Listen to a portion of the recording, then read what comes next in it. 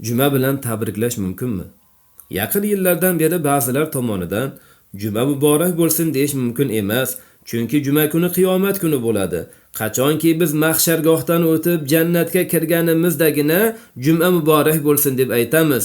Juma bilan tabriklash bid'at, chunki payg'ambar alayhissalom va sahobalar bir-birlarini juma bilan tabriklamagan degan har xil gap so'zlar tarqalib va ko'payib qoldi.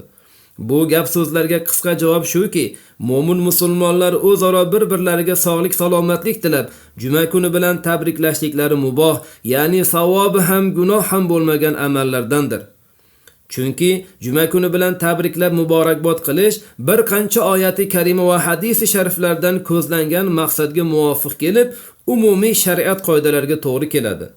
Imom Muslim rivoyatlarida kelgan hadis sharifda payg'ambar sollallohu alayhi va sallam juma kuni kunlarning eng yaxshi ekanligi haqida shunday dedilar. Quyosh chiqqan kunlarning eng yaxshisi jumadir.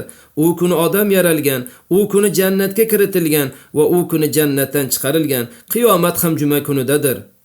Shuningdek, juma kuni bayram ekanligi haqida Imom Ibn Mojah rivoyatlarida kelgan hadis sharifda payg'ambar sollallohu alayhi va sallam albatta bu juma kuni bayram kunidir. Alloh uni musulmonlar uchun bayram qilgan. Shunday ekan, kim jumaga yetsa g'usl qilsin, agar unda xushbo'ylik bo'lsa undan sepib olsin va misvokni lozim tutsin dedilar. Imom Tabaroniy rivoyatlarida Hazrat Umar radhiyallohu anhu juma kuni haqida shunday dedilar. Allohga hamd bo'lsinki, juma va arafa kunlari biz musulmonlarga bayram qilib berildi dedilar. Bayram bilan tabriklash va muborakbod qilish mumkinligi haqida mu'tabar ulamolarimiz tomonidan ham bir qancha ma'lumotlar mavjud bo'lib, jumladan Imom Ibn Qudoma rahmatullohi alayhi Mughni'da Imom Ahmad rahmatullohi alayhining quyidagi so'zlarini keltiradilar.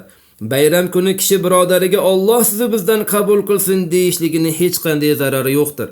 Imom Shihob Ahmad Moliki rahmatullohi alayhi aytadilar. Imom Molik rahmatullohi alayhidan bayram kuni kishi birodariga Alloh sizni bizdan qabul qilsin va gunohlarimizni kechirsin deyishligi haqida so'ralganda u zot shunday javob berdilar.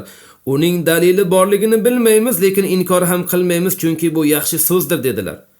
Imom Suyuti rahmatullohi alayh Usulul Amani bil Husulit Tahani kitoblarida farzand ko'rganda tabriklashni hadislarda asosi bo'lgani kabi bayram va oylar bilan tabriklashlikni ham hadislardan asosi bordir deganlar. Demak, bayramlarda tabriklash mumkin bo'lganidan keyin juma kunida ham tabriklash va muborakbod etish mumkin va joizdir. Chunki yuqoridagi hadislar bilan juma kuni ham bayram ekanligi ochiq-oydin ma'lum bo'ldi. Shunga binoan bu kunni bayramona kayfiyatda, xushbo'yliklarni sepib, xursandchiliklar bilan ibodatlarni ado etgan holatda o'zaro bir-birimizdan hol ahvol so'rab, yaxshi tilaklarni bildirib o'tkazishligimiz ayni muddaodir. Juma kuni sizga barakotli, muborak bo'lsin deyish ham yaxshi tilaklar jumlasidandir. Xulosa qiladigan bo'lsak, juma kuni bilan tabriklab o'zaro duolar qilishliklarimizda hech qanday shariatga zid joy yo'qdir. Aksincha bu duoyi xayr va yaxshi tilaklar sababli musulmonlar o'rtasida o'zaro mehr, muhabbat va birodarlik rishtalari mustahkamlanadi.